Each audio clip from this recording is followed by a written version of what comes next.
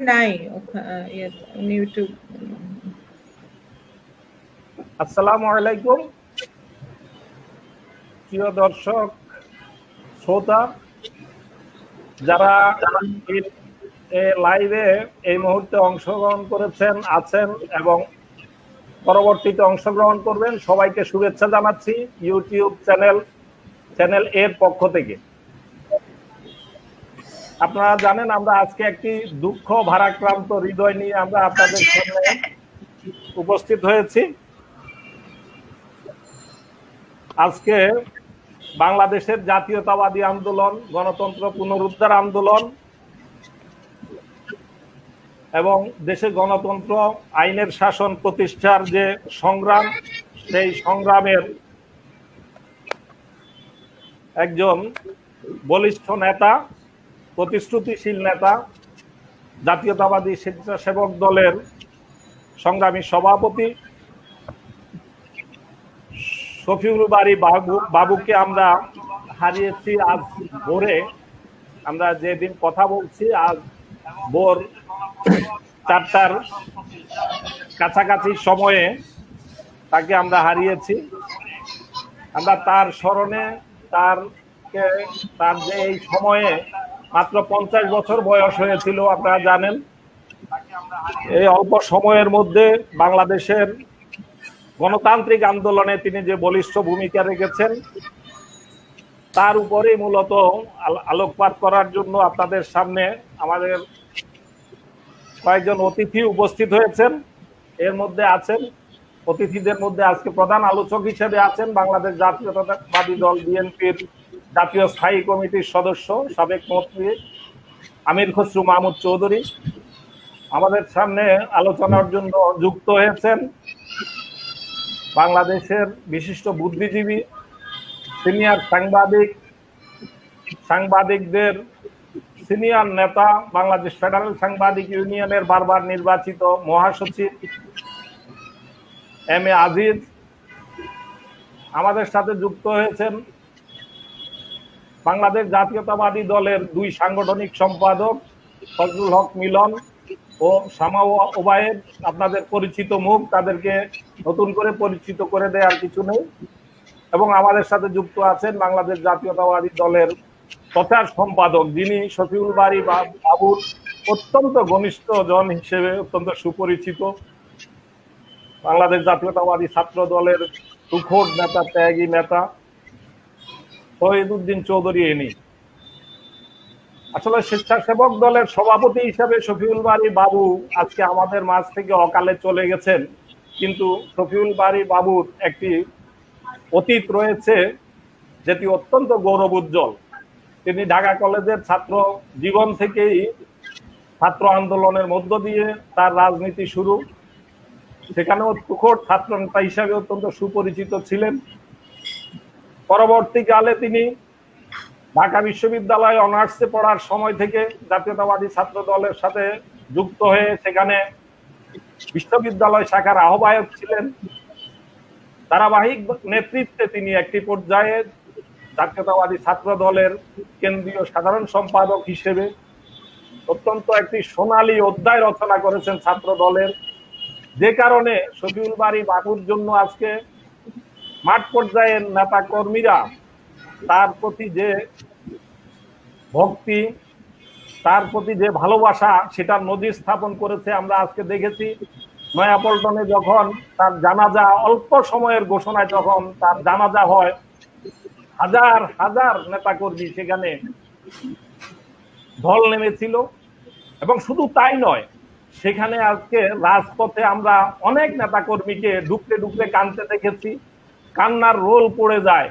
একজন তরুণ নেতার জন্য এভাবে ডুকরে ডুকরে কান্নার রোল পড়া আমাদের কাছে খুব বেশি পরিচিত নয়। তো এই যে শফিউল বারী বাবুর প্রতি এই যে ভালোবাসা সাধারণ নেতা কর্মীদের, সারা দেশে আমরা যদি সামাজিক যোগাযোগ মাধ্যমে যারা আমরা ছিলাম তারা দেখেছি, ওর সেই 5টার পর থেকে গোটা সামাজিক যোগাযোগ মাধ্যম কি শফিউল বারী বাবুর ছবিতে সয়লাভ হয়ে যায়, আর কোনো কিছু ছিল না পুরো সারা দিনই বলা যায়। এই যে তার প্রতি ভালোবাসা, কেন এই ভালোবাসা, কি বৈশিষ্ট্য ছিল শফিউল বারী বাবুর, যে কারণে নেতাকর্মীরা তার প্রতি এমন ভালোবাসা দেখালো। আমাদের যারা রাজনীতির সাথে, আমাদের যেসব নেতৃবৃন্দ এখানে আছেন, যারা রাজনীতিতে যুক্ত আছেন, যারা আগামী দিনে রাজনীতিতে থাকবেন, তাদের জন্য শফিউল বারী বাবুর কি কাছ থেকে কি শেখার আছে, এই বিষয়গুলো নিয়ে আমরা আলোচনা করব। মূলত আমি শুরুতে এই আলোচনায় অংশগ্রহণ করার জন্য শফিউল বারী বাবুর সম্পর্কে, তার অসুস্থতা, তার মৃত্যু, সর্বোপরি তার যে রাজনীতি সংক্ষিপ্তভাবে প্রাথমিকভাবে আলোকপাত করার জন্য আমি অনুরোধ করছি অত্যন্ত জনপ্রিয় একজন নেতা শহীদউদ্দিন চৌধুরী। ইনি যিনি ছাত্র আন্দোলনের সময় নির্যাতিত হয়ে, শারীরিকভাবে দৈহিকভাবে নির্যাতিত হয়ে, তার কপালের উপর আমরা যে চিহ্ন, ক্ষত চিহ্নটি আমরা এখনো দেখতে পাচ্ছি, এটাই প্রমাণ করে তিনি কতটা ত্যাগী ছিলেন। সেই শহীদউদ্দিন চৌধুরী ইনি এখন বলবেন আরেক ত্যাগী নেতা, মজলুম নেতা শফিউল বারী বাবু সম্পর্কে। শহীদউদ্দিন চৌধুরী ইনি। বিসমিল্লাহির রহমানির রহিম। শফিউল বারী বাবুর অকাল মৃত্যুতে আসলে আমরা গভীরভাবে শোকাহত এবং ভারাক্রান্ত হৃদয় নিয়েই আজকে আপনি সাংবাদিক আব্দুল্লাহর সঞ্চালনায় এখানে আমরা সবাই একত্রিত হয়েছি। আমি সর্বপ্রথমেই তার আত্মার মাগফিরাত কামনা করছি। মহান আল্লাহ তাআলা যেন তাকে বেহেশত নসিব করেন এবং তার পরিবারের প্রতি সমবেদনা জ্ঞাপন করছি। আমাদের অত্যন্ত শ্রদ্ধাভাজন বিএনপি জাতীয় স্থায়ী কমিটির সম্মানিত সদস্য আমির খুসরু মাহমুদ চৌধুরী এখানে উপস্থিত রয়েছেন। উপস্থিত আছেন আমাদের অত্যন্ত শ্রদ্ধাভাজন সাংবাদিক এম এ আজিজ, সাবেক ছাত্রনেতা ফজলুল হক মিলন এবং বিএনপির সাংগঠনিক সম্পাদক শামা ওবায়েদ। সবাইকে আমি আমার ব্যক্তিগত পক্ষ থেকে আন্তরিকভাবে মোবারকবাদ জানাই এবং অভিনন্দন জানাই। আসলে আপনি আব্দুল্লাহ ঠিকই বলেছেন যে শফিউল বারী বাবুর সঙ্গে আমার একটা রাজনীতির মধ্য দিয়ে একটা পারিবারিক সম্পর্ক সৃষ্টি হয়েছে। শুধু এলাকার ছোট ভাই হিসাবে নয়, এই রাজনীতি করতে গিয়েই তার সঙ্গে আমার এবং আমাদের অনেকেরই এই ছাত্র রাজনীতির সুবাদের সম্পর্ক এবং সেটি আত্মার সম্পর্ক ছিল। আমি যখন ঢাকা বিশ্ববিদ্যালয়ে 1984-85 সনে ছাত্র রাজনীতির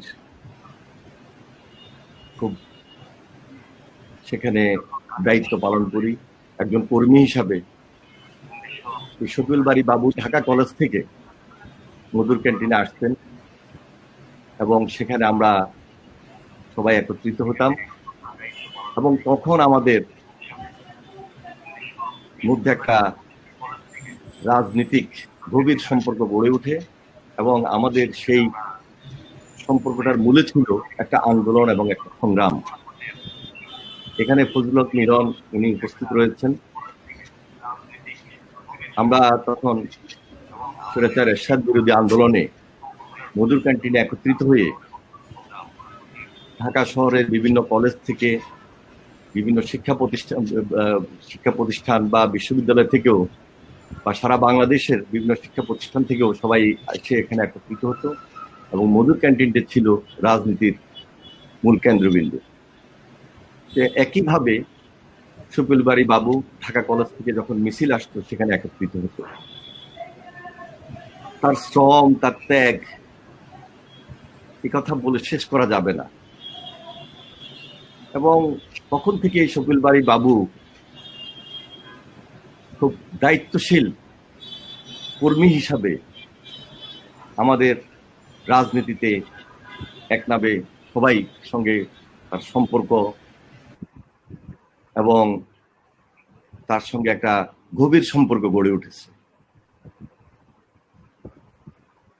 ঢাকা কলেজে সে গুরুত্বপূর্ণ দায়িত্বে ছিল। ঢাকা কলেজ থেকে শেষ করার পরপরই ঢাকা বিশ্ববিদ্যালয়ে সে যখন আসে তখন ফার্স্ট মুজিব হলে সে সাধারণ সম্পাদকের দায়িত্ব পালন করে, সভাপতির দায়িত্ব পালন করে। আমি তখন বিশ্ববিদ্যালয়ের দায়িত্বে ছিলাম। এইভাবে আস্তে আস্তে রাজনীতিতে তার ধারাবাহিকতা এবং সবার চোখে পড়া সবকিছু মিলে পরবর্তীতে সে একসময় ঢাকা বিশ্ববিদ্যালয়ের যুগ্ম আহ্বায়ক, ঢাকা বিশ্ববিদ্যালয়ের আহ্বায়ক হিসাবেও দায়িত্ব পালন করে দেয়। সে জাতীয়তাবাদী ছাত্র দলের কেন্দ্রীয় কমিটিতে ছিল, জাতীয়তাবাদী ছাত্র দলের সভাপতি হিসাবে, সাধারণ সম্পাদক হিসাবে দীর্ঘ সময় গুরুত্বপূর্ণ দায়িত্ব পালন করেছে। সে একজন বলিষ্ঠ সংগঠক ছিল এবং সংগঠন ছাড়া, রাজনীতি ছাড়া বিশ্ববিদ্যালয় ক্যাম্পাস গোছানো, হল গোছানো, সারা বাংলাদেশের নেতৃত্ব দেওয়া সার্বক্ষণিক সেই রাজনীতির বাহিরে ছিল না। আসলে আমরা তাকে স্বেচ্ছাসেবক দলের সভাপতি হিসাবে পরবর্তীতে দেখেছি, স্বেচ্ছাসেবক দলের সাংগঠনিক সম্পাদক হিসেবে দেখেছি, কিন্তু আমরা সবসময় সাবেক ছাত্রনেতা অথবা ছাত্রনেতা বলেই তাকে সবার মাঝে পেয়েছি এবং ছাত্রনেতা হিসাবে আমরা তাকে কাছে দেখতাম, কাছে পাইতাম, কাছে নিতাম। যেহেতু সে ছাত্র দলের সাধারণ সম্পাদকের দায়িত্বে ছিল, আমরা যখন জাতীয়তাবাদী ছাত্র দলের যে কোনো কর্মকাণ্ডে সবাই একত্রিত হতাম, বিশেষ করে জাতীয়তাবাদী ছাত্র দলের সভাপতি এবং সাধারণ সম্পাদক বৃন্দ, সে সেই সকল মিটিং উপস্থিত থাকত। এর বাইরেও এলাকার ছোট ভাই হিসাবে, লক্ষ্মীপুরের ছোট ভাই হিসাবে আমার সঙ্গে একটা ঘনিষ্ঠতা ছিল। সেটি লক্ষ্মীপুরের রাজনীতিতেও ছিল, সেটি ঢাকা কেন্দ্রিক রাজনীতিতেও ছিল। খুব স্বাভাবিক, এটা থাকাটাই স্বাভাবিক। আজকে আমরা তাকে হারিয়েছি। নিজের কাছে খুব কষ্ট হচ্ছে কথা বলতে, এত ঘনিষ্ঠতা, এত সম্পর্ক, আর এই বয়সে তার এই ধরনের মৃত্যু হবে এটা আসলে আমরা কেউই কখনো ভাবি নাই, চিন্তাই করি নাই। আমরা বিন্দু মাত্র সুযোগ পাই নাই যে তার চিকিৎসার জন্য সহায়তা করা। আমরা জানতাম না যে তার এই অবস্থা শরীরের ভিতরে হয়ে রয়েছে। গত 1 মাস যাবৎ যতটুকু জানি আমার সঙ্গে টেলিফোনে যোগাযোগ ছিল, সার্বক্ষণিক কথা বলতাম। কোনোদিন সে বলে নাই যে তার ফুসফুসের মধ্যে এই ধরনের আক্রান্ত বা এই ধরনের ব্যাধি রয়েছে। যখনই টেলিফোনে কথা বলতাম সবসময় বলতো যে আমার ঠান্ডা লেগেছে, একটু কাশি আছে, ঠিক হয়ে যাবে, আপনার চিন্তা করেন না। কিন্তু মাঝে মাঝে বলতো একটু দাঁতে ব্যথা, কানে ব্যথা। কিন্তু আমি এখন যখন দেখলাম গতকালকে সকালে তার আনোয়ার খান মর্ডানে তাকে নিয়ে আসলো এবং সেখানে আইসিইউতে নিয়ে গেল, তখন ডাক্তারদের সঙ্গে এবং হাসপাতাল কর্তৃপক্ষের সঙ্গে আলাপ আলোচনা করে যতটুকু বুঝলাম যে আসলে তার যে রোগটা ছিল, এই যে ফুসফুসে হয়তোবা ক্যান্সার, কিন্তু আমার মনে হয় সে ধারণা করেছিল, কিন্তু কাউকে সে প্রকাশ করে নাই, নীরবে সে সব সহ্য করে গেছে। এটা কি এনি ভাই, এটা কি এই কারণে কেউ কেউ বলছেন যে এটা কর্মীদের কাছে প্রকাশ করেন যে কর্মীদের যাতে মনোবল ভেঙে না যায়, যে তাদের নেতা? এটা আমি ঠিক বলতে পারবো না, এটা ঠিক বলতে পারবো না। তবে সে একটু চাপা স্বভাবের ছিল, নাকি বুঝতে পারেনি কোনটা?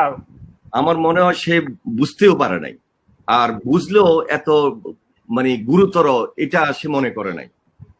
সে হয়তো মনে করেছে হাসি কাশি সর্দি বা লাঞ্চে কোনো নর্মাল ইনফেকশন, ওষুধ টষুধ খেলে চলে যাবে, যার কারণে কাউকে শেয়ার করে নাই। এবং তার পরিবারকে শেয়ার করেছে কিনা তা তো আমার সন্দেহ আছে।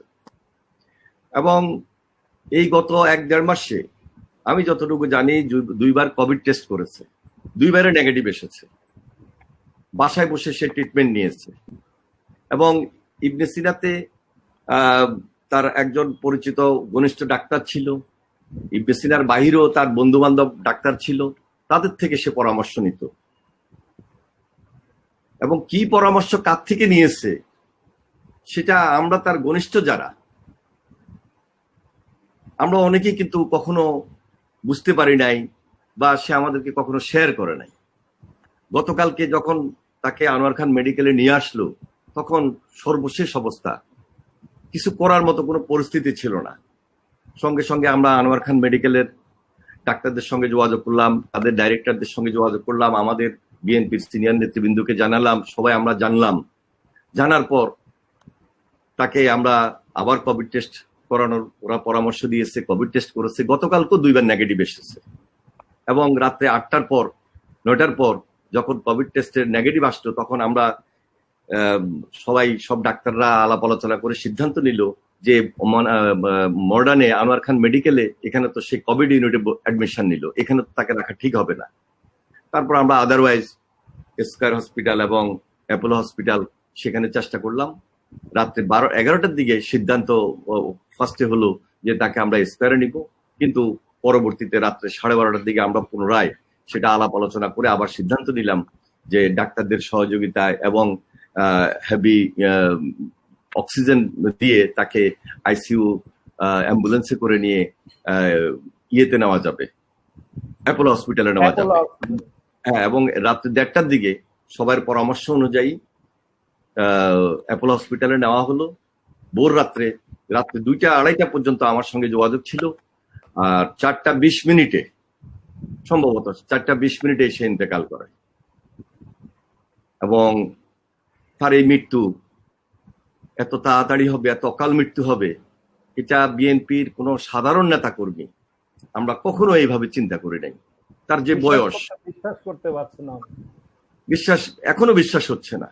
তার যে বয়স, আপনি 50 বলেছেন, আসলে 50 হয় নাই, তার বয়স 48 থেকে 49 হবে। সে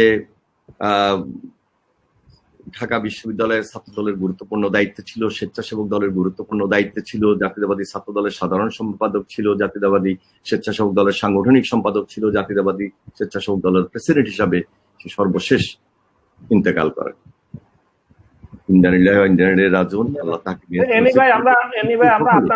আমরা আপনার কাছে আবার আসবো। আমরা একটু আমরা যাচ্ছি অন্য আলোচকদের কাছে। সুপ্রিয় বন্ধুরা যারা আমাদের সাথে রয়েছেন লাইভে, অনেকেই ইতিমধ্যে যোগ দিয়েছেন, আমরা দেখছি যে অনেকে যোগ দিয়েছেন, তারা এই আলোচনাকে আপনারা সাধুবাদ জানাচ্ছেন। আপনাদের সকলকে পরে যারা যোগ দিয়েছেন তাদের উদ্দেশ্যে বলতে চাই, এটা ইউটিউব এবং ফেসবুক যে অনলাইন টিভি চ্যানেল এর পক্ষ থেকে এই আয়োজন। এটি একই সঙ্গে বেশ কয়েকটি ফেসবুক আইডিতে লাইভ হচ্ছে। আপনারা যারা ইতিমধ্যে আমাদের সাথে আছেন, আমরা আশা করি শেষ পর্যন্ত থাকবেন। আজকের এই আলোচনায় আমাদের সাথে রয়েছেন বিএনপির স্থায়ী কমিটির সম্মানিত সদস্য, সাবেক মন্ত্রী আমির খসরু মাহমুদ চৌধুরী, আছেন সিনিয়র সাংবাদিক, বাংলাদেশ ফেডারেল সাংবাদিক ইউনিয়নের বারবার নির্বাচিত মহাসচিব এম.এ. আজিজ, আছেন বিএনপির 2 সাংগঠনিক সম্পাদক ফজলুল হক মিলন এবং শামা ওবায়েদ। আপনারা এতক্ষণ শুনছিলেন বিএনপির প্রচার সম্পাদক এবং শফিউল বারী বাবুর অত্যন্ত ঘনিষ্ঠ জনদের একজন এনি চৌধুরীর বক্তব্য শুনছিলেন, শহীদউদ্দিন চৌধুরী এনির। আমরা এখন বক্তব্য আলোচনা শুনবো বিএনপির সাংগঠনিক সম্পাদক শামা ওবায়েদের কাছ থেকে। তার সাথে কি স্মৃতি রয়েছে শফিউল বারী বাবুর, তাকে কেমন দেখেছেন তিনি? ধন্যবাদ আপনাকে। বিসমিল্লাহির রহমানির রহিম। আজকে আমি আব্দুল্লাহ ভাইকে ধন্যবাদ জানাই যে আপনি আজকে আমাদের সবার প্রিয় শফিউল বারী বাবু ভাই, ওনাকে নিয়ে একটা আলোচনার আয়োজন করেছেন। আপনার এই আলোচনায় উপস্থিত আমাদের স্ট্যান্ডিং কমিটির মেম্বার জনাব আমির খসরু মাহমুদ চৌধুরী, ফজলুল হক মিলন ভাই, শহীদউদ্দিন চৌধুরী আলী ভাই, বিশিষ্ট সাংবাদিক জনাব আজিজ ভাই, সকলকে আমি সালাম জানাচ্ছি। আপনাকেও ধন্যবাদ, অল্প সময়ে যোগাযোগে আপনি যোগ দিয়েছেন, আপনাকেও ধন্যবাদ। না অবশ্যই, আমরা তো আর কিছু করতে পারছি না বাবু ভাইয়ের জন্য, এইটুকু তো অবশ্যই আমাদের দায়িত্ব। তো আমি প্রথমেই বাবু ভাইয়ের আত্মার মাগফিরাত কামনা করছি। ওনার আসলে আজকে সারাদিনই মনটা খারাপ, আমাদের সবারই মন খারাপ, এবং সারাদিন শুধু ওনার ফ্যামিলির ছবিগুলো ফেসবুকে সবাই পোস্ট করছে, বা ওনার ওয়াইফের সাথে ছবিগুলো, বাচ্চাদের ফুটফুটে দুটো বাচ্চা, এই ছবিগুলো দেখে আসলে খুবই খারাপ লাগছে। আসলে খুবই খারাপ লাগছে। আসলে আমি বিএনপির একজন কর্মী হিসেবে বলতে চাই যে আমরা অনেক মৃত্যু গত 4 মাসে দেখছি।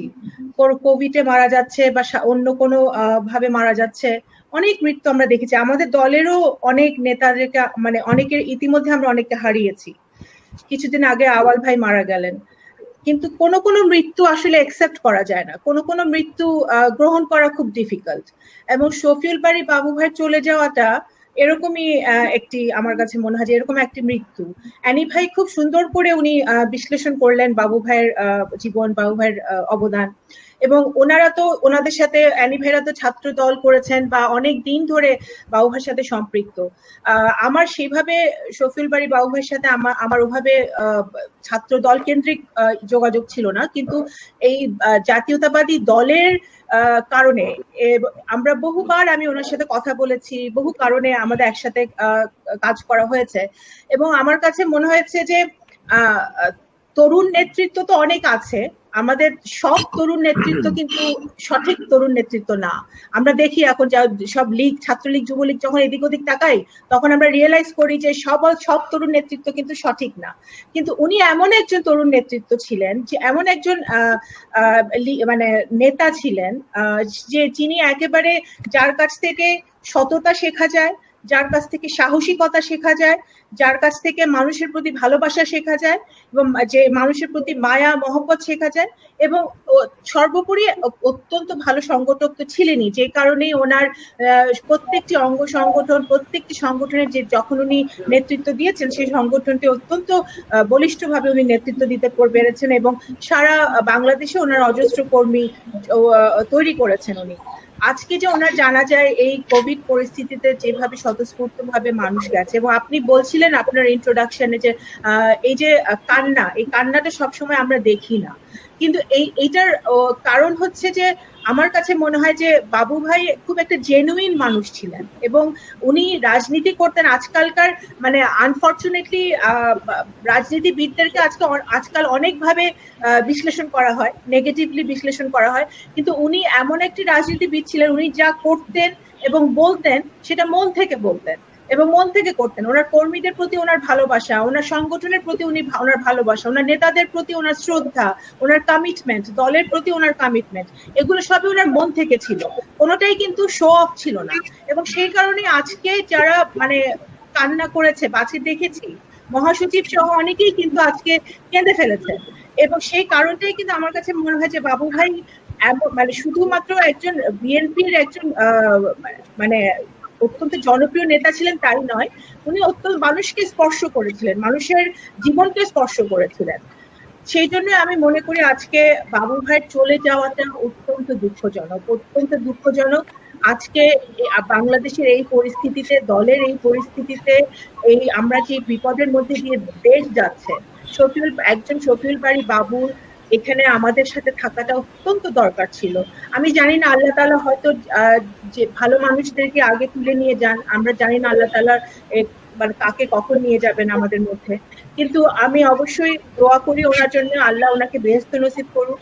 এবং ওনার পরিবারের প্রতি, ফুটফুটে দুটো বাচ্চা রেখে গেছে, ওনার সহধর্মিণী আছে, পরিবারের প্রতি আমাদের অসংখ্য অসংখ্য ভালোবাসা রইল।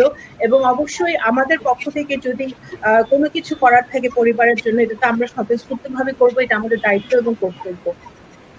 আমি আরেকটা কথা বলতে চাই, হ্যাঁ আমরা একটু পরে আবার আপনার কাছে আসবো। আপনাকে অনুরোধ করবো, আপনি যে কথাটি বলেছেন বিশেষভাবে পরিবারের প্রতি খেয়াল রাখা, এটা আপনি মায়ের জাতির, আপনি অবশ্যই আপনি বুঝবেন যে শফিউল বারী বাবু তার আমাদের ভাবিকে যেভাবে রেখে গেছেন, তার দুটি ফুটফুটে বাচ্চা রেখে গেছেন, তাদের আমরা যেন ভুলে না যাই আর কি। আমাদের আসলে আমাদের একটা দুর্নাম রয়েছে যে আমাদের ইমোশনটা খুব ক্ষণস্থায়ী, আমরা এখন খুব আবেগপ্রবণ, আমরা এখন তাদের জন্য আহ উ করছি, এমনটা যাতে না হয় যে 3 মাস 5 মাস 6 মাস পরে আমরা এই ফ্যামিলির আর কোনো খোঁজ খবর নিলাম না, আমরা তারা কোথায় আছে কিভাবে আছে এই খোঁজ খবর এইটা যাতে আমাদের না হয়, এই বিষয়টা অবশ্যই খেয়াল রাখবেন। আপনার কথা প্রসঙ্গে এটাই আমি বলতে চাই।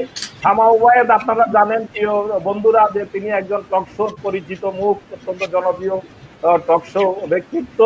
তার কাছে আমরা শেষের দিকে এসে শফিউল বারী বাবু যে ফ্যাসিবাদ বিরোধী আন্দোলন সংগ্রাম করেছেন সে ব্যাপারে আমরা যদি সুযোগ হয় আমরা আরেকটু শুনবো। এখন আমরা একটু শুনতে চাই ফজলুল হক মিলন ভাইকে। আমরা আবার ডিসকানেক্ট হয়ে গেছে সম্ভবত। আমরা এখন ফজলুল হক মিলন ভাই আছেন? হ্যাঁ, ধন্যবাদ। আমরা বিএনপির সাংগঠনিক সম্পাদক ফজলুল হক মিলন ভাইয়ের কাছ থেকে আমরা শুনতে চাচ্ছি যে শফিউল বারী বাবুকে, তিনিও একজন ঢাকা বিশ্ববিদ্যালয়ের শফিউল বারী বাবুর পূর্বসূরি হিসেবে ঢাকা বিশ্ববিদ্যালয়ে রাজনীতি করেছেন, ছাত্র দলের শীর্ষ পর্যায়ে রাজনীতি করেছেন।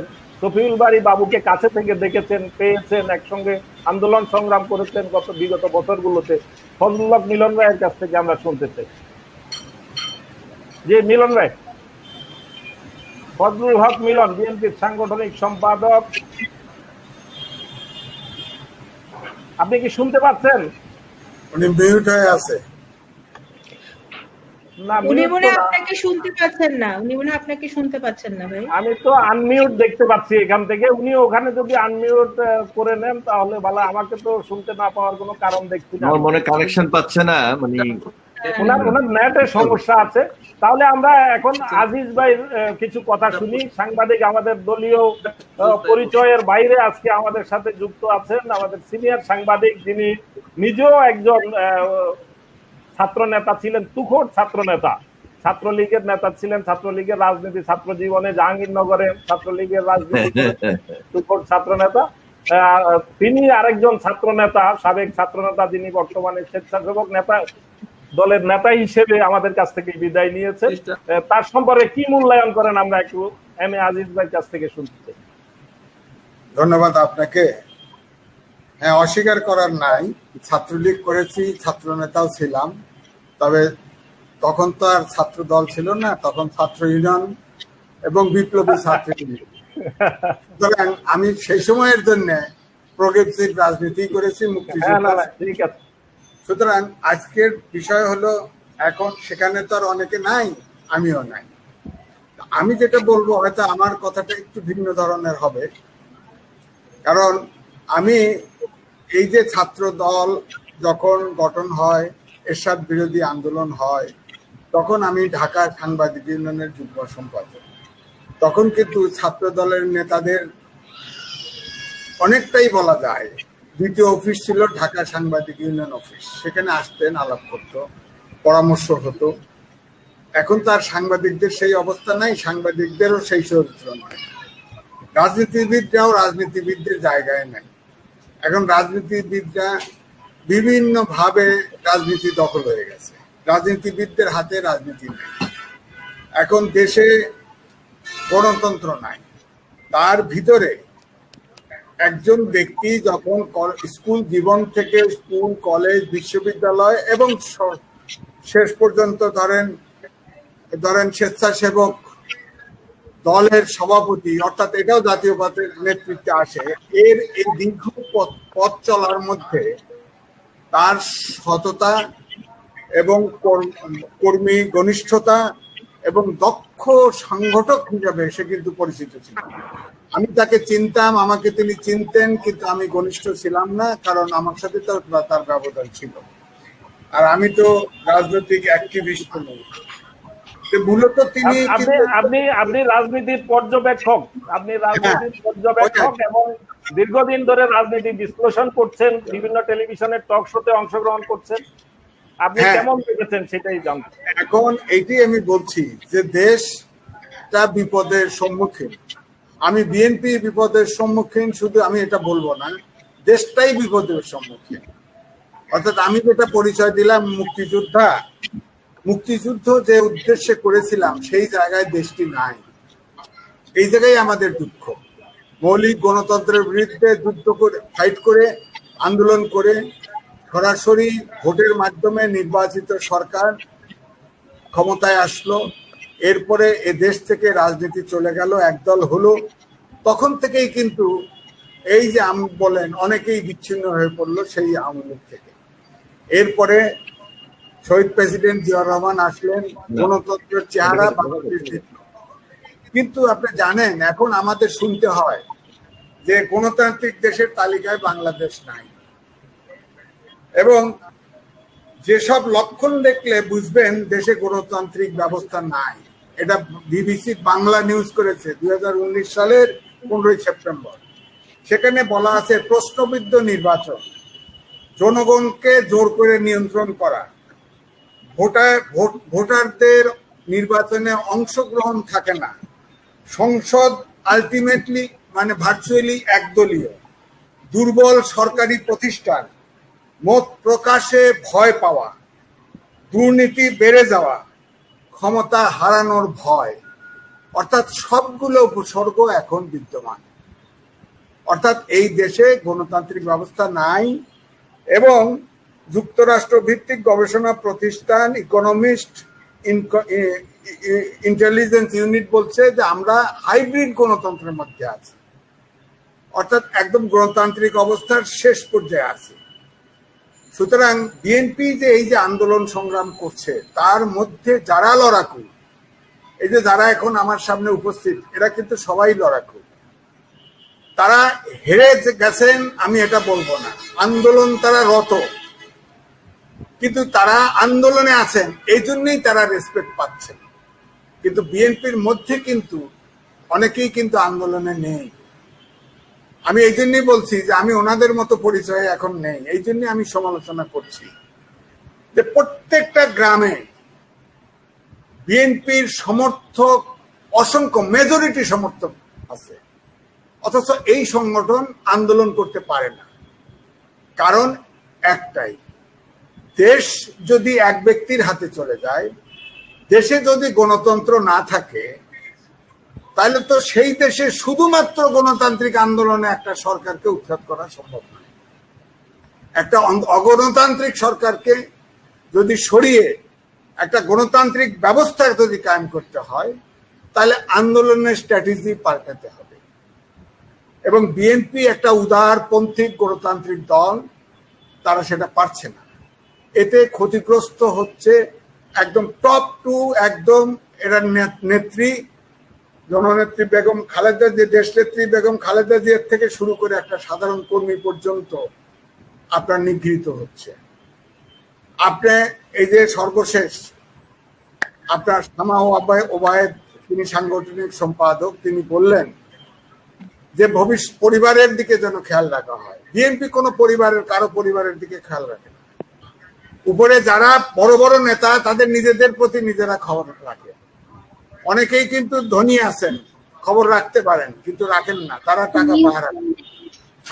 আমার সমালোচনাটা নিতে হবে আপনাদের, কারণ প্রত্যেকটা গ্রামের অঞ্চলে আপনারা নিশ্চয়ই আমার চেয়ে বেশি জানেন, আমার সাথে গ্রামের সম্পর্ক, নিবিড় সম্পর্ক আছে। কেস কানেকশনে পড়ে বাড়ি ঘর গরু বাছুর বিক্রি করে সব ফকির হয়ে গেছে অধিকাংশ কর্মী। তারপরেও তারা এই বিএনপি ছাড়ে না, কারণ এই দেশের মাটি কিন্তু মুক্তিযুদ্ধ করে গণতান্ত্রিক আন্দোলনের জন্য, সুশাসনের জন্য, আপনার মানবাধিকারের জন্য, আইনের শাসনের জন্য কিন্তু এই আন্দোলনটা করেছে বিজাতীয় শোষকের বিরুদ্ধে। এর ভিতরে যারা লড়ছেন তাদের প্রতি আসলেই মানুষের কিন্তু আনুগত্য বলেন, শ্রদ্ধা বলেন, সবই আছে।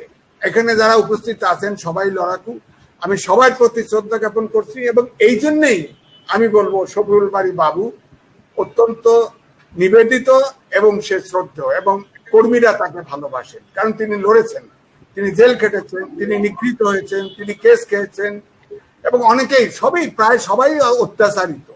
সুতরাং আমার বক্তব্য হচ্ছে এই যে বিএনপির নেতা কর্মীরা যেভাবে নিগৃহীত হচ্ছে, আন্দোলন করতে পারছে না, মাঠে নামতে পারছে না, এবং আপনি জানেন যে এখন মামলায় লোয়ার কোর্ট এরা তো প্রশাসনের আন্ডারে।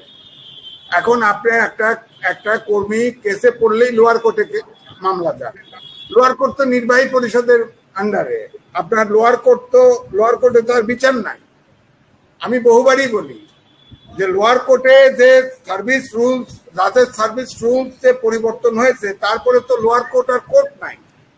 এটা তো আপনার 17 তারিখে যে লোয়ার কোর্ট যে সার্ভিস আপনার জাজের সার্ভিস রুলস যে অ্যামেন্ডমেন্ট হয়েছে, তখন এটা প্রেসিডেন্টের হাতে, তার মানে এটা এক্সিকিউটিভের আন্ডারে, এটা তো আইন মন্ত্রণালয় চালায়।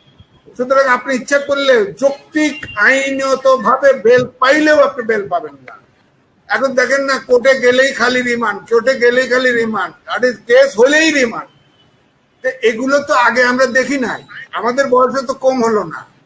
আমরা তো পূর্ব পাকিস্তান আমলের থেকে শেষের দিকে আইয়ুব খানের শাসনও দেখেছি, এরশাদের শাসনও দেখেছি। এইভাবে তো কোর্ট, লোয়ার কোর্ট চলে, এটা তো দেখি নাই। আর আজিজ ভাই আমরা আবার আপনার কাছে আবার শুনবো। আপনি অত্যন্ত জাতীয়, অত্যন্ত গুরুত্বপূর্ণ অনেকগুলো বিষয়ের অবতারণা করেছেন, অনেকগুলো অপ্রিয় সত্য কথা আপনি তুলে ধরার চেষ্টা করেছেন। আপনি টকশোতে নিয়মিত জাতীয় এইসব ইস্যুগুলো তুলেন, তারই ধারাবাহিকতায় আজকেও প্রাসঙ্গিকভাবে অনেকগুলো বিষয় এসেছে। আমরা সেই ব্যাপারে আপনাকে আবার শুনবো। আমরা এখন একটু সংক্ষেপে ফজলুল হক মিলন ভাইকে আমরা আগে দিয়েছিলাম, কিন্তু উনি ডিসকানেক্ট হয়ে গিয়েছিলেন। আমরা তার কথা একটু শুনি। ফজলুল হক মিলন বিএনপির সাংগঠনিক সম্পাদক এবং তুখোড় ছাত্র নেতা এক সময়ের, এবং শফিউল বারী বাবুর অত্যন্ত ঘনিষ্ঠ দ্বন্দ্বের। যে মিলন ভাই, আপনি বারবার ডিসকানেক্ট হয়ে যাচ্ছেন, বলেন।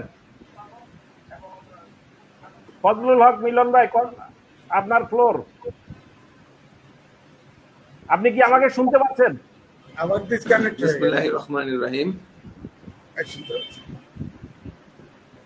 আপনি আনমিউট করে নেন, আপনার ওখানে যদি মিউট করা থাকে আপনি আনমিউট করে নেন একটু। আমি প্রথমে, হ্যাঁ শুনতে পাচ্ছি, শোনা যাচ্ছে। আমি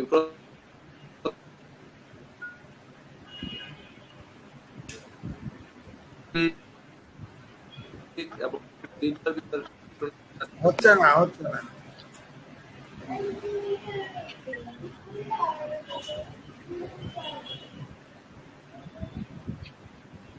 দুঃখিত মিলন ভাই, তিনি আসলে তার গ্রামের বাড়িতে আছেন কালীগঞ্জে, সেখান থেকে নেটের সমস্যা। বাংলাদেশে তো 3G 4G 5G সবই চলছে, কিন্তু এইসব জি এর কি অবস্থা সেটাই আমরা উদাহরণ দেখতে পাচ্ছি। ঢাকার খুব কাছে কালীগঞ্জ থেকেও তিনি নেটের গতি পাচ্ছেন না, যে কারণে অংশগ্রহণ করতে বারবার বাধাগ্রস্ত হচ্ছেন।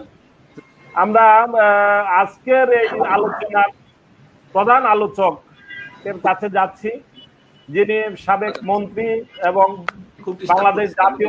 বাংলাদেশ জাতীয়তাবাদী দলের জাতীয় স্থায়ী কমিটির নীতি নির্ধারণী কমিটির একজন অন্যতম সদস্য, সাবেক মন্ত্রী, অত্যন্ত মার্জিত রাজনীতিবিদ হিসেবে তিনি অত্যন্ত সুপরিচিত, আমির খসরু মাহমুদ চৌধুরী। আমরা তার কাছ থেকে শফিউল বারী বাবু সম্পর্কে শুনবো, যিনি আজকেই আমাদের কাছ থেকে আজ সকালে বিদায় নিয়েছেন। আমির খসরু মাহমুদ চৌধুরী।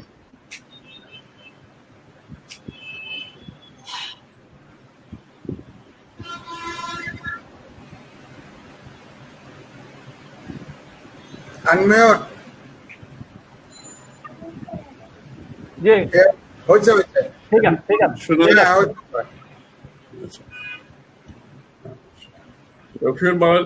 শফিউল বারী বাবুর মৃত্যুটা এত আকস্মিক, আসলে আমরা অনেকটা ভাষাহারা হয়ে গেছি। আমি কালকে ওর এই কঠিন অবস্থার মধ্যে সে যাচ্ছিল, গতকাল খবর পেয়েছি। আমি এখন চট্টগ্রামে আছি, ঢাকা থেকে খবর পাওয়ার পর থেকে চেষ্টা করেছি খবর রাখার জন্য। ওর বিথি, ওর ওয়াইফের সাথেও কথা বলেছি আমি যে ধরনের তথ্য পাচ্ছিলাম, ওর শারীরিক যে অবস্থার যে তথ্যগুলো পাচ্ছিলাম, একেবারে খুবই কঠিন অবস্থা মনে হলো। তবুও কেন জানি আমার মনের মধ্যে একটা আশার সঞ্চার হয়েছিল যে ওর বয়স কম, সে একটি আন্দোলনকারী, রাস্তায় আন্দোলনকারী, শারীরিকভাবে তার মধ্যে সেই সুস্থতা আছে, সে এটা ওভারকাম করতে পারবে। এই আশাটা আমার মনে একেবারে কেন জানি ছিল সবসময়, এবং সে আশা নিয়ে আমি রাত্রে ঘুমাতে যাই। সকালে ঘুম থেকে উঠতে আমার ওয়াইফ ওই প্রথম খবরটা দিল। আমি বিছানায় থাকা অবস্থায় আমার ওয়াইফ আমাকে বললো ও তো মারা গেছে। মানে অনেকটা, আমি ইংরেজিতে যেটা বলে পেট্রিফাইড, মানে আমি একেবারে বাকরুদ্ধ হয়ে আমি বাকরুদ্ধ হয়ে গেছে কমপ্লিটলি। কারণ আমি আশা করেছিলাম আর কোনোভাবে সে এখান থেকে বেরিয়ে যেতে, কারণ তার সেই শারীরিক, ওভারঅল ইয়াং মানুষ, আন্দোলন সংগ্রামে যারা করে তারা তো অনেকটা ওয়েদার বিটেন হয়ে যায় এই সমস্যার থেকে উত্তরণ করার সেই মনোবল।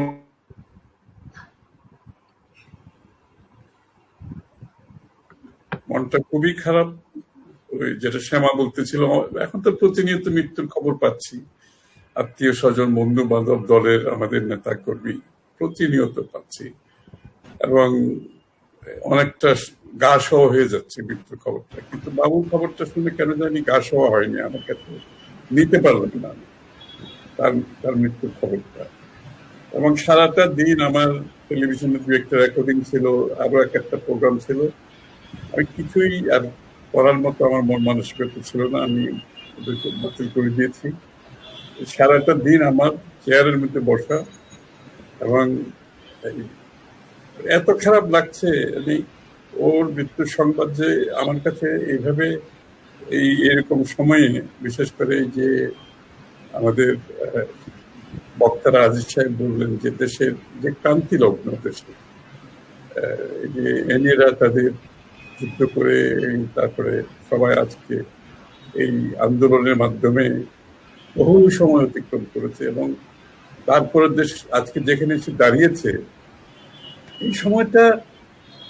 এই সময়টা বাবুর চলে যাওয়াটা আমার কাছে মনে হচ্ছে আমাদের জন্য একটা কঠিন পরীক্ষা।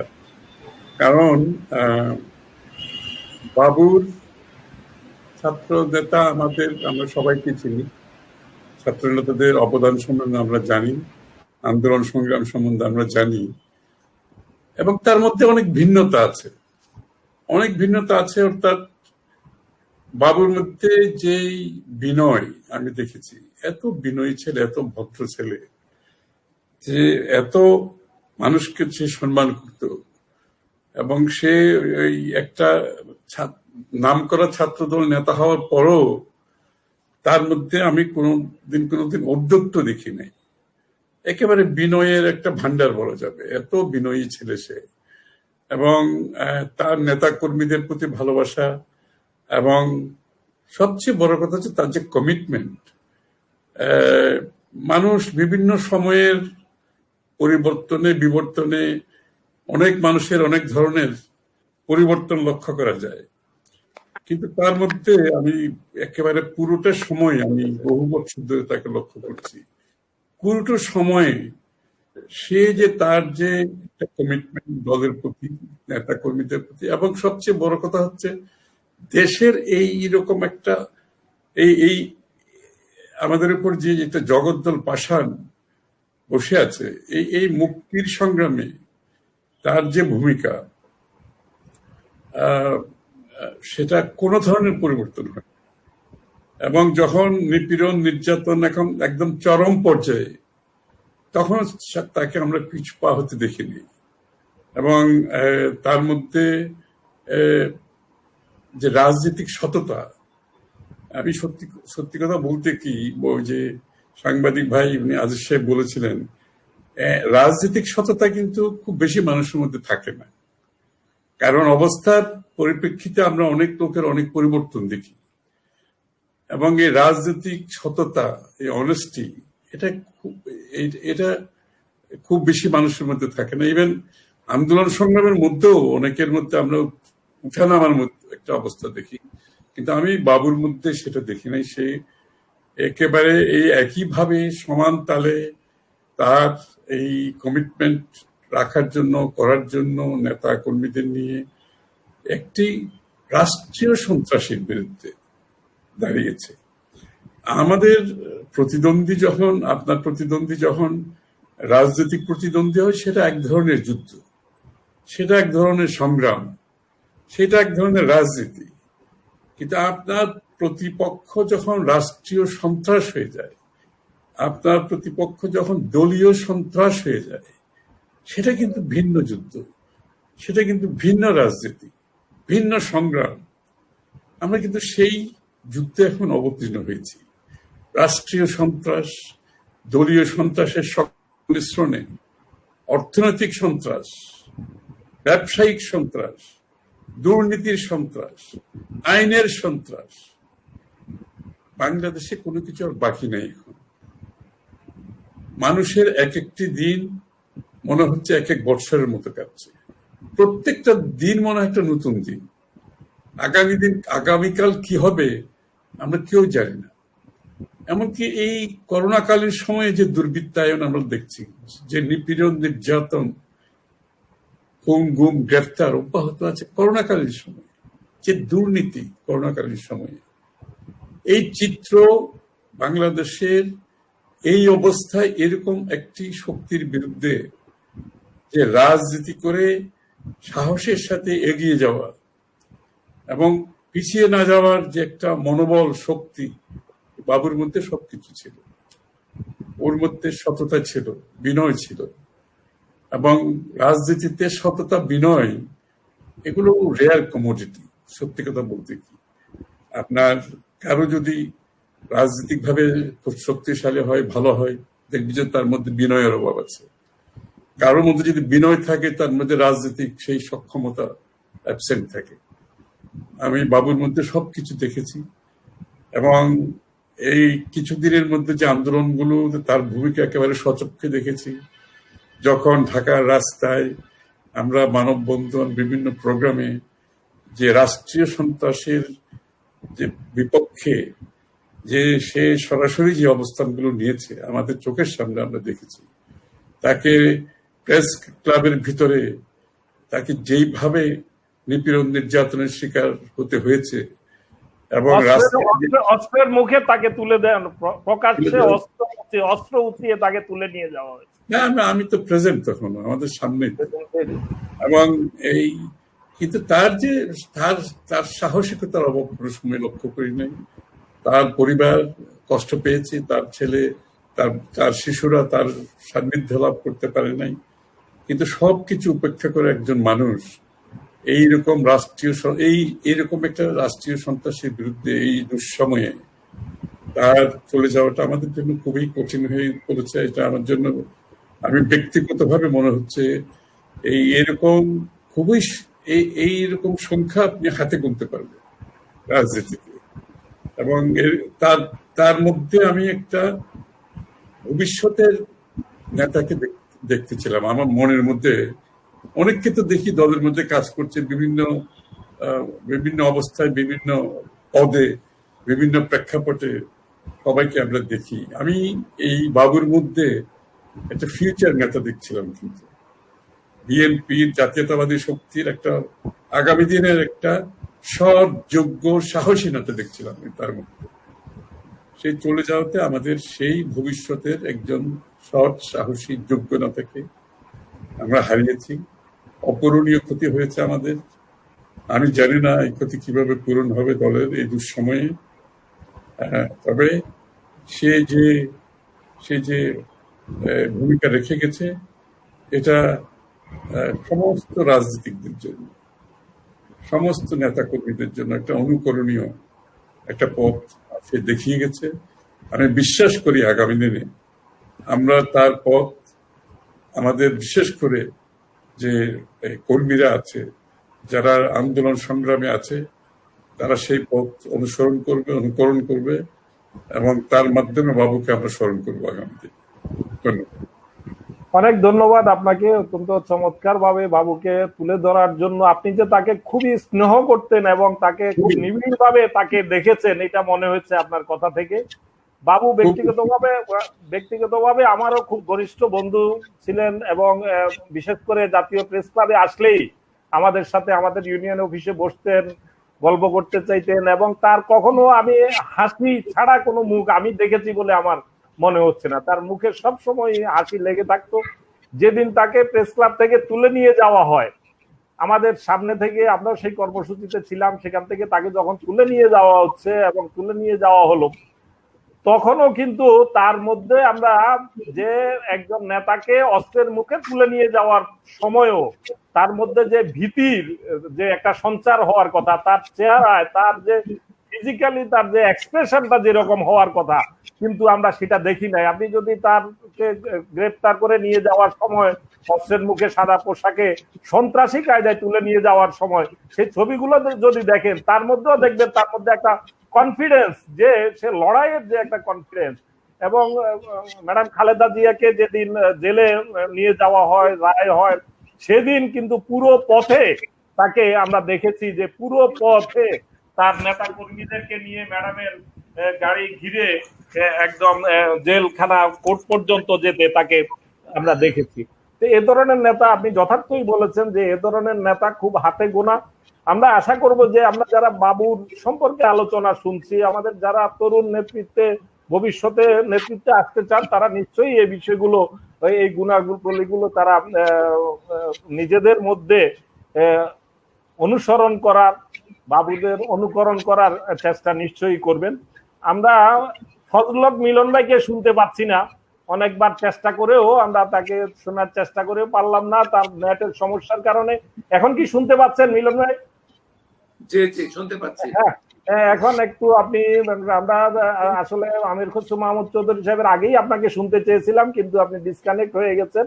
আমরা একটু আপনার কাছ থেকে সংক্ষেপে আপনার স্মৃতি, আপনি তো খুব ঘনিষ্ঠভাবে তার সাথে তাকে নিয়ে কাজ করেছেন, আন্দোলন সংগ্রামে আছেন, আপনিও তুখোড় ছাত্র নেতা হিসেবে নেতা কর্মীদের কাছে অত্যন্ত সমাদৃত, আপনি কিছু বলবেন?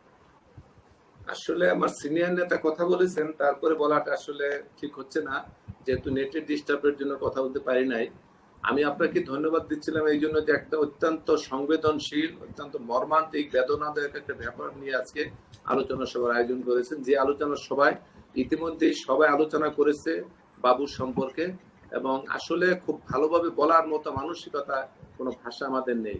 আমি শুধু এটুকু বলবো, গতকালকে বিকেল আমি আমাদের পার্টির মহাসচিবকে একটি ব্যাপারে কথা বলছিলাম, যে তাকে বাইরে নেওয়ার জন্য আমাকে বললো বকুল যে তার বাইরে নেওয়ার একটা চেষ্টা চলতেছে, মহাসচিব মহোদয় যদি এই ব্যাপারে এইখানে একটু কথা বলে তাহলে হয়তো একটা ব্যবস্থা হবে।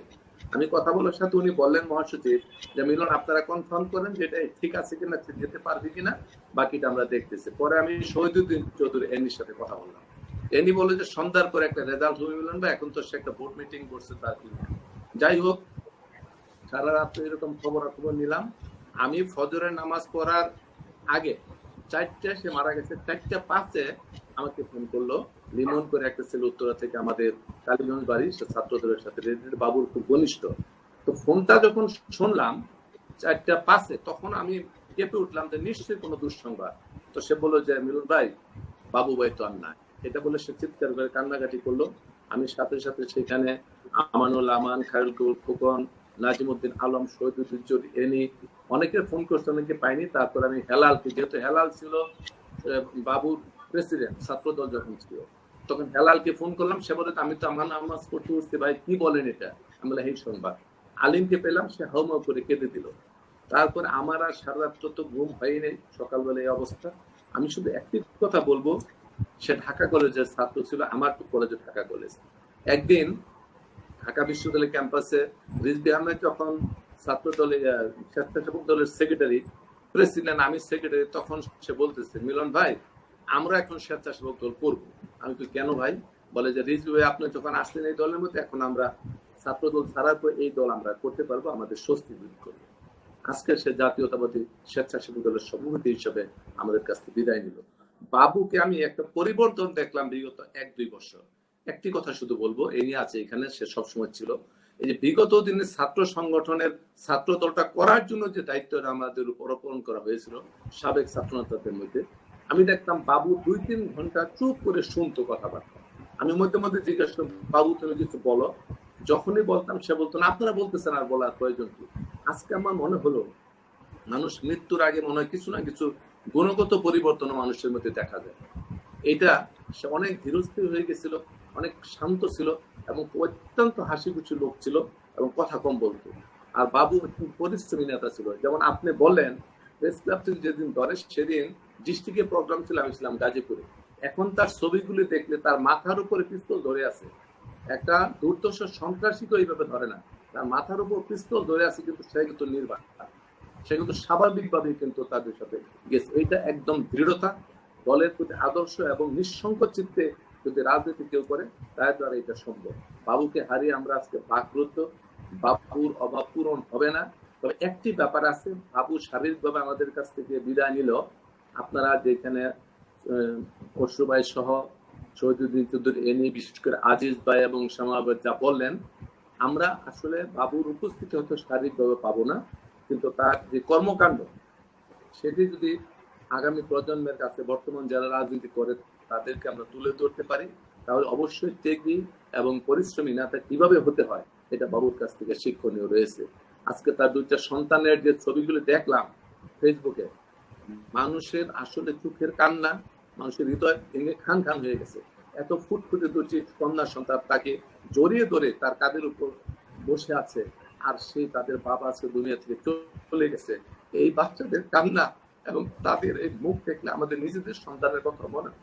আমি আজকে তার সম্বন্ধে কিছুই বলতে পারবো না, শুধু আল্লাহর কাছে বিনীতভাবে আল্লাহর কাছে প্রার্থনা করি, আপনাদের সকলের কাছ থেকে দোয়া চাচ্ছি ওর জন্য, এবং আমিও দোয়া করি আল্লাহ যেন তাকে জীবনের সমস্ত গুনাহ খাতা মাফ করে দিয়ে তাকে যেন জান্নাতবাসী করেন, এবং তার স্ত্রী এবং সন্তানদেরকে যেন আল্লাহ রহমতের ছায়ার মধ্যে রেখে ভবিষ্যৎ বড় হওয়ার তৌফিক দান করেন। এই কথা বলে আমার বক্তব্য শেষ করছি। আসসালামু আলাইকুম। ধন্যবাদ ফজলুল হক মিলন ভাই। অবশেষে আমরা তাকে শুনতে পেয়েছি। তিনি যে কথাগুলো বলেছেন আসলে তার সন্তানদের দেখে সারা দিনই আমি ব্যক্তিগতভাবে সকালে তার নিউজটি দেওয়ার পরে তারপরে একের পর এক তার ফ্যামিলির ছবিগুলো যখন সামনে আসলো, একেবারে মানে কি অবস্থা হয়েছে সেটা ভাষায় প্রকাশ করার মতো না। হৃদয়টা মনে হয় যেন চৌচির হয়ে গেছে একদম। তার এই যে ছোট্ট ছোট্ট ফুটফুটে বাচ্চাগুলো রেখে এভাবে চলে গেছেন। বাবাকে নিয়ে কয়দিন আগেও তারা বেড়াতে গিয়েছিল, তাদের সেই আনন্দময় মুহূর্তগুলো, তাদের সেই স্মৃতিগুলো এখন তাদের সামনে এই ফুটফুটে বাচ্চাগুলো হয়তো এখন বুঝতে পারছে না যে তাদের এই বাবাকে নিয়ে আর কোনো দিনই বেড়াতে যাওয়া হবে না। তাদের বাবাকে জেলখানায় দেখা করার জন্য আর কখনোই হয়তো এই বাচ্চাদের সেই তার স্ত্রী বাচ্চাদের নিয়ে আর কখনোই হয়তো যাবেন না। কিন্তু তিনি আমাদের কাছ থেকে চলে গেছেন। আমরা তার জন্য এখন একটাই করার আছে, সেটা হচ্ছে দোয়া। তিনি ফজলুল হক মিলন যে কথাটি বলছিলেন, আমরা একেবারে শেষ প্রান্তে চলে এসেছি। আমরা 1 ঘন্টা কয়েক মিনিট আমরা অলরেডি আলোচনা করেছি। আমরা আর এটা দীর্ঘায়িত করব না। আমরা থামিয়ে দিয়েছিলাম শহীদুদ্দিন চৌধুরী এনিকে, একটা পর্যায়ে থামিয়ে দিয়েছিলাম। তিনি বোধহয় আরো কিছু বলতে চেয়েছিলেন। আমরা সংক্ষেপে 1-2 মিনিটের মধ্যে আমরা কথাগুলো শুনে 1-2 মিনিট করে কথা শুনে আমরা এটার সমাপ্তি টানবো। শহীদুদ্দিন চৌধুরী এনি। জি ধন্যবাদ। আসলে শফিউল বারী বাবুর সম্পর্কে এটা বলে শেষ করা যাবে না। তার দীর্ঘ একটা রাজনৈতিক বর্ণাঢ্য জীবন, তবে এর মধ্যে তার উপর যে অত্যাচার, নির্যাতন, জেল, জুলুম শেষ ছিল না, শেষ ছিল না। সর্বশেষ তার মামলার সংখ্যা কত এটা জানা আছে? মামলার সংখ্যা কত? জি জি, মামলার সংখ্যা কত ছিল? মামলা তো প্রায় 100 উপরে হবে, কম না, 100 নিচে না।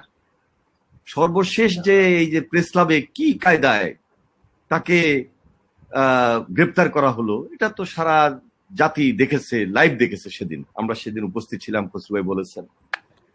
যাই হোক, আল্লাহর হুকুম, সে ইন্তেকাল করেছে। মহান আল্লাহ তাআলা তাকে বেহেশত নসিব করবেন। তবে দলের প্রতি তার কমিটমেন্ট ছিল, নেত্রী বেগম খালেদা জিয়া প্রতি তার যে কমিটমেন্ট ছিল, তার সেই সাহসিকতা দিয়ে সেভাবে কমিটমেন্ট আদায় করে রাজনীতি করেছেন।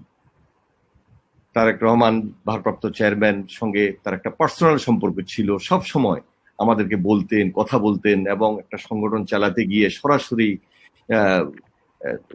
পরামর্শগুলা শুনেই দল পরিচালনা করতেন। প্রকৃতপক্ষে জাতীয় প্রেস ক্লাবে একটি অনুষ্ঠানে আপনি ছিলেন কিনা আমার এখন মনে পড়ছে না, শফিউল বারী বাবু গর্জন করে বলেছিলেন যে মাকে জেলে রেখে আমরা এখনো বাইরে আছি, কি জবাব দেব মায়ের কাছে। এই গর্জন করার পরে আমি দেখলাম পুরো স্তব্ধ হয়ে গেছিল পুরো অনুষ্ঠানটি। তার যে যখন বললো যে আমরা যত বড় ত্যাগ স্বীকার করা লাগে আমরা করব, কিন্তু তার সাহস, তার কমিটমেন্ট, তার মনোবল, এই মানে স্লোগানের মধ্য দিয়ে, এই বক্তব্যের মধ্য দিয়ে তো সেগুলাই ফুটে ওঠে।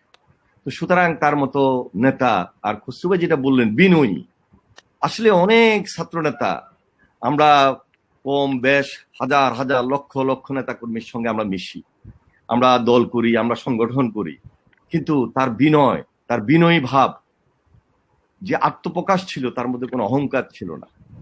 আল্লাহর হুকুম হয়েছে, সে ইন্তেকাল করেছে, তার ইন্তেকাল আমরা সবাই মর্মাহত, গভীরভাবে মর্মাহত, তার পরিবারের প্রতি আমরা সমবেদনা জানাই।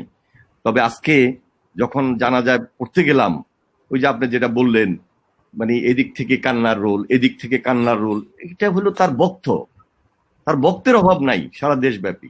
সে ছাত্র রাজনীতি করেছে, যুব রাজনীতি করেছে, স্বেচ্ছাসেবক দলের রাজনীতি, তার বক্তের অভাব ছিল না। সুতরাং তারাই কান্নাকাটি করেছে। আজকাল লক্ষ্মীপুরে মানে লক্ষাধিকের উপরে মানুষের উপস্থিতিতে জানাজা হয়েছে।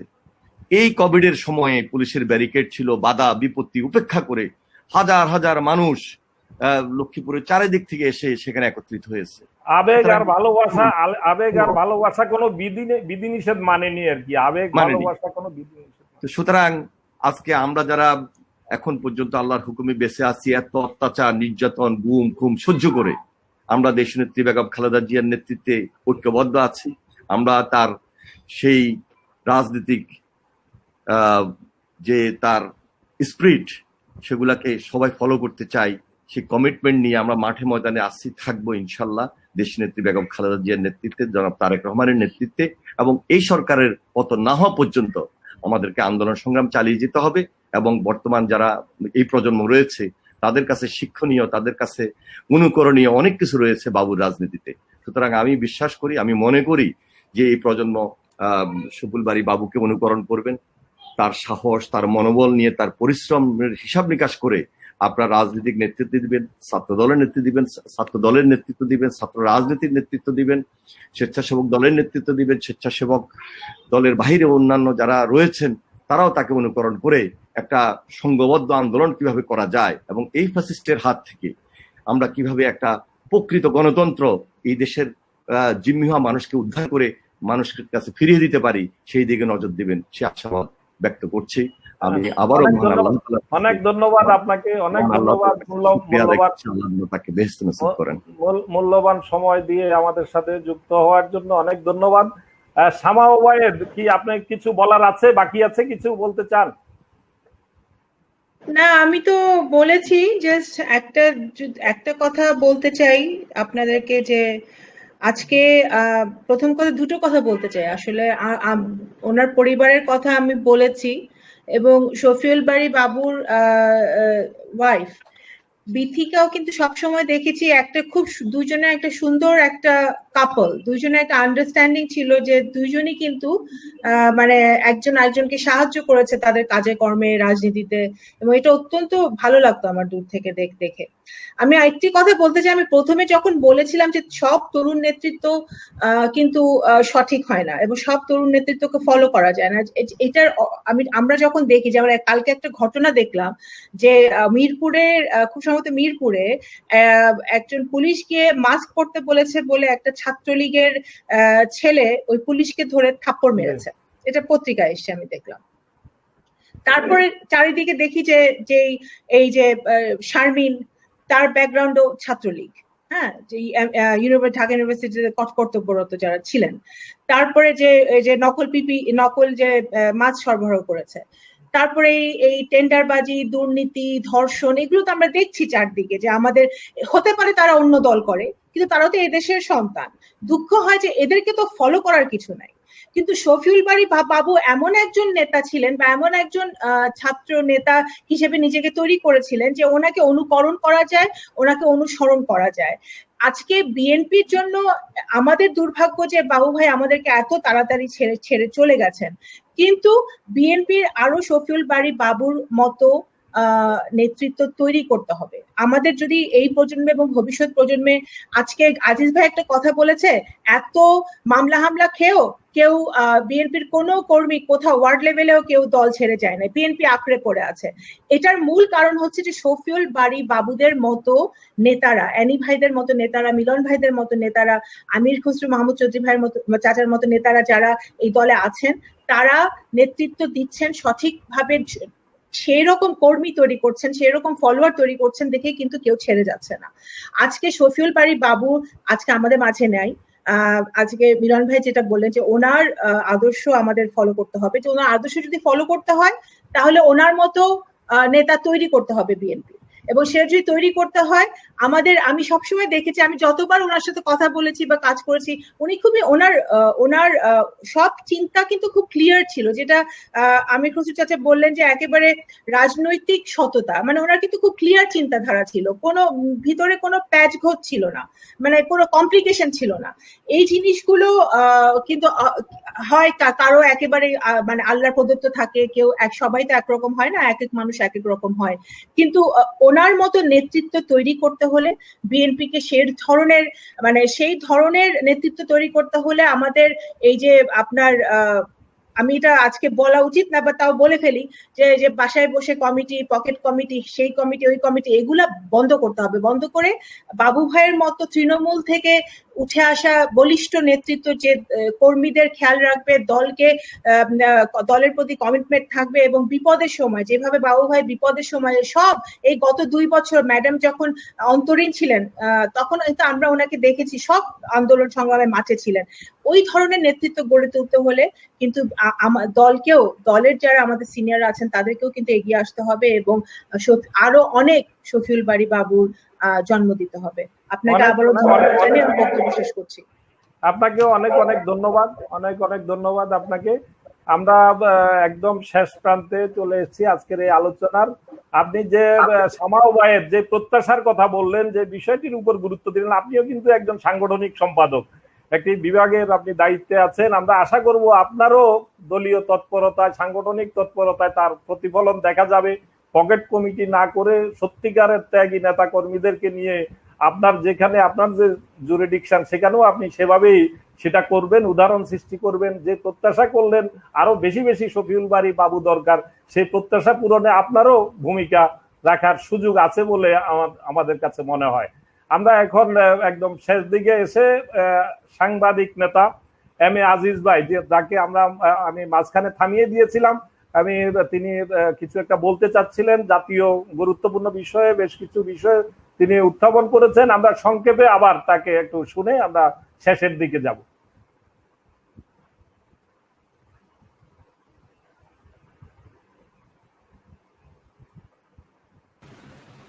প্রেসিডেন্ট জিয়াউর রহমানের রাজনৈতিক দল, সেই দল এদেশ স্বাধীন হয়েছে গণতন্ত্রের জন্য, সুশাসনের জন্য, আইনের শাসনের জন্য। সেই দল বিএনপি এটা বাস্তবায়ন করবে, এটাই আমি প্রত্যাশা করি। আমি এমন একটি দেশের প্রত্যাশা করি যে দেশে আপনার এই হেলাল শফিউল আলম বাবু মধ্য সারির নেতা, শফিউল বারী বাবু মধ্য সারির নেতা, তাকে 100-র উপরে কেস খেতে হয়।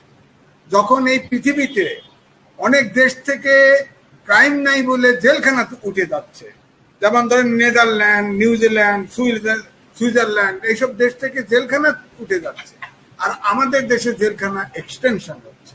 এরকম দেশ তো, এইরকম একটা স্বাধীন দেশ তো চাই। আমি এই জন্যই বলছি যে বিএনপি এই যে স্বাধীনতার যে চেতনা, শফিউল বারী বাবু এই স্বাধীনতা চেতনার একটা মডেল, একটা আদর্শিক নেতা তৈরি হচ্ছিল। তিনি অকাল মৃত্যু, এটা বিএনপি না জাতির ক্ষতিগ্রস্ত হয়েছে। আমি আশা করি বিএনপির সকল নেতা এই শফিউল বারী বাবুর মতো সৎ, কর্মী ঘনিষ্ঠ এবং আপনার সংগঠন, এখানে যারা আছেন সবাই আছেন।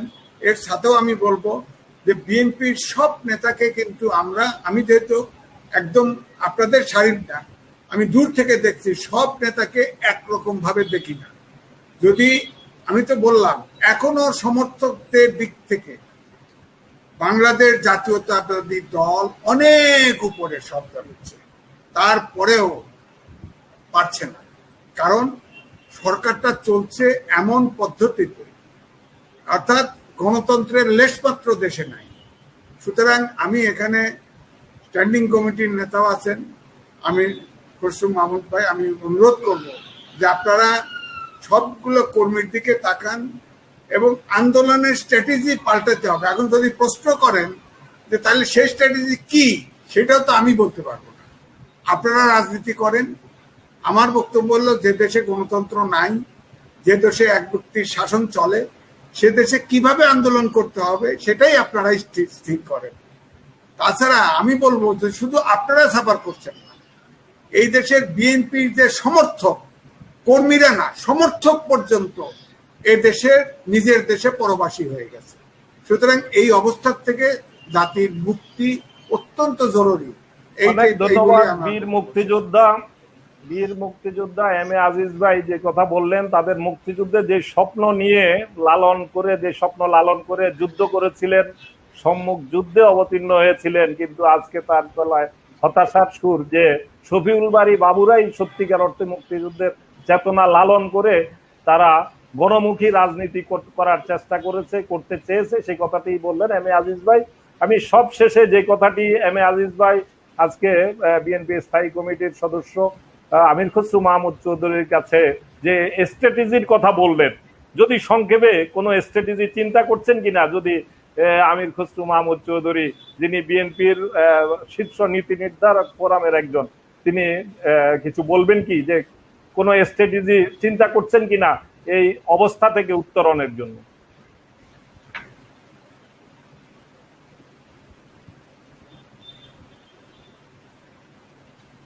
Mute mute.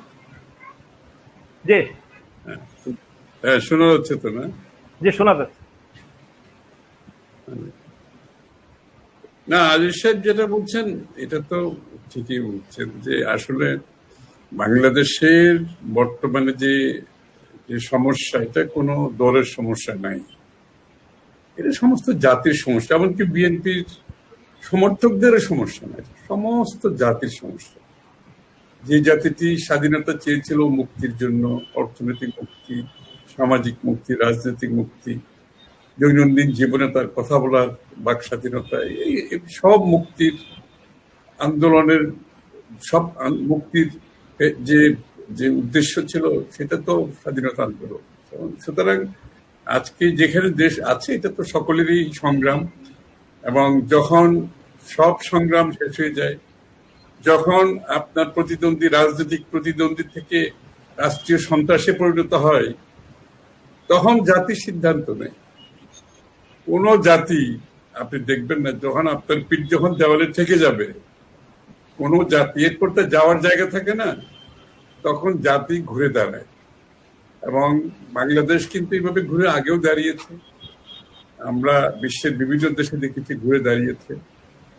আপনি সবকিছু আপনি you can fool some people for some time, you cannot fool all the people for all the time.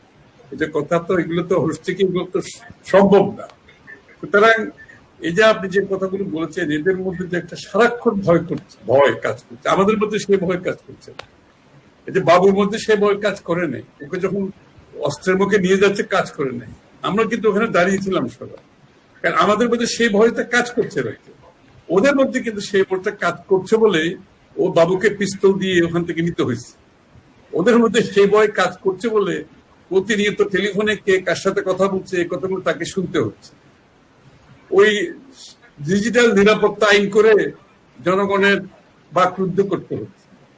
ওদের মধ্যে সার্বক্ষণিক একটা ভয় কাজ, নার্ভাসনেস, ভয় কাজ করছে বলে আজকে দেশে একটি পুরোপুরিভাবে স্বৈরতান্ত্রিক প্রথা চালু হয়েছে। এবং তারা আজকে একটা কিছু লোকজনকে নিয়ে, এটা কিন্তু একটা গোষ্ঠী সৃষ্টি করেছে তারা, এর সাথে জনগণের কোনো সম্পর্ক নেই। এবং এরা রাষ্ট্রকে শুধু যে রাজনৈতিক ভাবে লুণ্ঠন করছে না, এরা অর্থনৈতিক ভাবে লুণ্ঠন করছে, এরা সামাজিক ভাবে লুণ্ঠন করছে, সব দিক থেকে তারা রাষ্ট্রকে লুণ্ঠন করছে, রাষ্ট্রের মানুষকে লুণ্ঠন করছে। সুতরাং এটা তো চলতেই পারে না। এবং এটা শফিউল বারী বাবু হয়তো দেখে যেতে পারে নাই, কিন্তু এটা বাংলাদেশে ঘটবে। এই পরিবর্তন ইনশাল্লাহ আসবেই আসবে। আমি শুধু এটাই বলবো, বাবু যে রাজনীতি যে মানদণ্ডটা সে রেখে গেছে, রাজনীতিতে যে রাজনীতি কি হওয়া উচিত, রাজনীতিতে সততা কতটুকু থাকা উচিত, সাহস কতটুকু থাকা উচিত, কমিটমেন্ট কতটুকু থাকা উচিত, এবং এগুলি সব বিনয়ের মাধ্যমে, ভদ্রতার মাধ্যমে। অ্যারোগেন্সের তো দরকার নেই। অ্যারোগেন্স, আপনি উদ্ধত্ত দিয়ে রাজনীতিতে উত্তীর্ণ হতে পারবেন না। আপনাকে তো আপনার মধ্যে বিনয়, ভদ্রতা, সততা, রাজনৈতিক কমিটমেন্ট সবকিছু মিলেই কিন্তু আপনার সফলতা আসতে হবে। এবং বিএনপির রাজনীতিতে এগুলো আছে বলে, এটা আপনি বলছেন যে গ্রামে গঞ্জে মানুষ এখনো বিএনপি সমর্থন করছে, বিএনপিকে ভালোবাসে, এই কারণেই আছে। আর তাদের মধ্যে নাই বলেই তাদের মধ্যে ভয়ভীতি কাজ করছে। ভয়ভীতির মাধ্যমে তারা দেশ পরিচালনার চেষ্টা করছে, দখলের মাধ্যমে চেষ্টা করছে, জনগণের কাছে তারা যেতে সাহস পাচ্ছে। এবং যত দিন যাচ্ছে তারা জনগণ থেকে আরো বেশি দূরত্ব তাদের বাড়াচ্ছে। সুতরাং তারা কোনোদিনও আগামী দিনে জনগণের কাছে গিয়ে তারা রাজনৈতিক সমাধান করতে পারবে না। সুতরাং রাজনৈতিক সমাধান করতে হবে বাংলাদেশের জনগণ, এবং বাংলাদেশের জনগণ বিগত দিনেও করেছে, আগামীতেও করবে। আমি শুধু বাবু যে মানদণ্ড রেখে গেছে, একটা রোল মডেল হিসেবে সে যে আমাদের মাঝ থেকে চলে গেছে, সেই মানদণ্ডটা বিএনপির রাজনীতিতে কার্যকর হবে, এটাই আমি বিশ্বাস করি। এটা আমি আশা করি আমরা কার্যকর করতে পারবো সর্বস্তরের নেতা কর্মীদের জন্য এবং তার পরিবারের জন্য। তার জন্য দোয়া করছি, আল্লাহ যাতে তাকে ব্যস্ত নসিব করে। তার পরিবার অত্যন্ত একটা আদর্শ পরিবার। বিতিকাকে আমি ব্যক্তিগতভাবে চিনি, ওর অনেকগুলো অনুষ্ঠানে আমি গিয়েছি। ও যে সমাজ কর্মী হিসাবে ইতিমধ্যে তার একটা ছাপ সে সমাজে রেখেছে। কিন্তু এই যে মানুষগুলোর উপর যে অবিচার, অন্যায় হচ্ছে, বিভিন্ন জায়গায় গুম, খুন, হত্যার শিকার হচ্ছে, এগুলোর উত্তরে কিন্তু বিতিকা কিন্তু অনেক কাজ করেছে। সে হয়তো বিএনপির রাজনীতিতে সরাসরি আসে নাই, কিন্তু এগুলোর উত্তরে সে কিন্তু অনেক সামাজিক কাজ করেছে এবং করে যাচ্ছে। তো আমি নিশ্চিত সেই ধারা সে অব্যাহত রাখবে, এবং সে যদি রাজনীতিতে আসতে চায় সেখানে আমার মনে হয় বিএনপির মানুষজন অত্যন্ত আনন্দিত হবে। কারণ হচ্ছে কি, এই বাবুর যে অবদান রাজনীতিতে, তার অবদান তো আমরা তো কোনো কিছু দিতে পারবো না। স্বীকৃতি দেওয়ার হচ্ছে তার অবদানের পরিপ্রেক্ষিতে তার স্ত্রী যে কাজগুলো করে গেছে, সে যাতে এই কাজগুলো ভালোভাবে করতে পারে, আমাদের সহযোগিতা, পূর্ণ সহযোগিতা আশ্বাস দিতে পারি, তার পাশে দাঁড়ানোর জন্য আমরা আশ্বাস দিতে পারি। এবং বাবুর যে রোল মডেলের যে মানদণ্ড রেখে গেছে, এটা যাতে বিএনপিতে প্রতিফলিত হয়, সেটা আমাদেরকে চেষ্টা করতে হবে। সবাইকে ধন্যবাদ। অনেক অনেক ধন্যবাদ এবং কৃতজ্ঞতা সম্মানিত আমির খসরু মাহমুদ চৌধুরী। তিনি অত্যন্ত চমৎকার ভাবে তার আশার কথা, প্রত্যাশার কথা বলেছেন, এবং আগামী দিনগুলোতে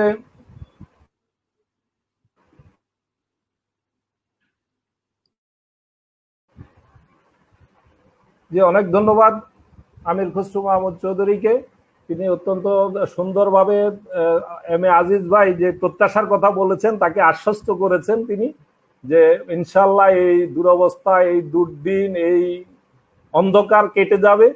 বাংলাদেশের জনগণই যখন তাদের দেয়ালে পিঠ থেকে যায়, তখন তারা ঘুরে দাঁড়ায়, ইনশাল্লাহ ঘুরে দাঁড়াবে, এই প্রত্যাশার কথা বলেছেন। আমরাও আশা করব এই প্রত্যাশা যাতে আমাদের প্রাপ্তিতে রূপ নেয়, সেই প্রত্যাশা আমাদের থাকবে। শফিউল বারী বাবু যে সততা, যে নিষ্ঠা, যে ভদ্রতা, যে নম্রতার যে উদাহরণগুলো সৃষ্টি করে গেছেন, সেগুলো যদি বিএনপি নেতা কর্মীরা, ভবিষ্যৎ প্রজন্মের, নতুন প্রজন্মের নেতা কর্মীরা সেগুলো যদি ধারণ করতে পারে, অনুসরণ করতে পারে, তবেই তার প্রতি সত্যিকারের শ্রদ্ধা জানানো হবে নিশ্চিতভাবে। আমি একই সঙ্গে কৃতজ্ঞতা জানাতে চাই আমির খসরু মাহমুদ চৌধুরীকে এই জন্য যে শফিউল বারী বাবুর সহধর্মিনীর যে তিনি সমাজকর্মী হিসেবে কাজ করছেন, তাকে উৎসাহ দিয়ে তিনি বক্তব্য রেখেছেন, উৎসাহিত করেছেন, এবং তিনি যদি রাজনীতিতে অংশগ্রহণ করতে চান তাকেও স্বাগত জানিয়েছেন।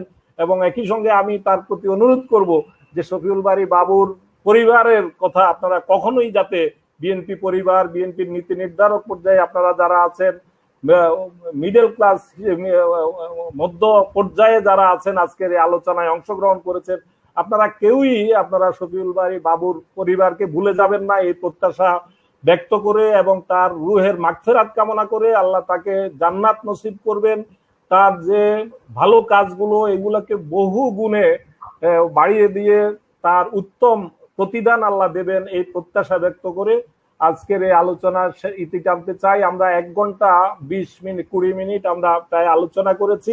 আজকের এই তাৎক্ষণিক এই আলোচনায় আপনারা যারা স্বল্প সময়ের আপনাদের সাথে যোগাযোগে আপনারা তাৎক্ষণিকভাবে যে সাড়া দিয়ে উৎসাহিত করেছেন, চ্যানেল এর পক্ষ থেকে, ইউটিউব চ্যানেল এর পক্ষ থেকে আপনাদের প্রতি অশেষ কৃতজ্ঞতা। আগামী দিনগুলোতে দেশের এবং জাতীয় বিভিন্ন ইস্যুতে আমরা আরো এই আলোচনা অব্যাহত রাখবো। আমরা বিগত কয়েকদিন আগে এমাজউদ্দিন স্যারকে নিয়েও আলোচনা করেছি, সেই আলোচনায় ডক্টর মোশাররফ হোসেন স্যার ছিলেন, সেখানেও গুরুত্বপূর্ণ অনেক দিক উঠে এসছে। আমরা ভবিষ্যতে এই আলোচনার ধারা অব্যাহত রাখবো এই প্রত্যাশা ব্যক্ত করে এবং আপনাদেরকে পাশে পাবো এই প্রত্যাশা রেখে আজকের এই আলোচনা, লাইভ আলোচনার এখানে আমরা সমাপ্তি টানতে চাচ্ছি। আপনাদের সকলের প্রতি অশেষ কৃতজ্ঞতা। ধন্যবাদ আপনাকে এবং সবাই।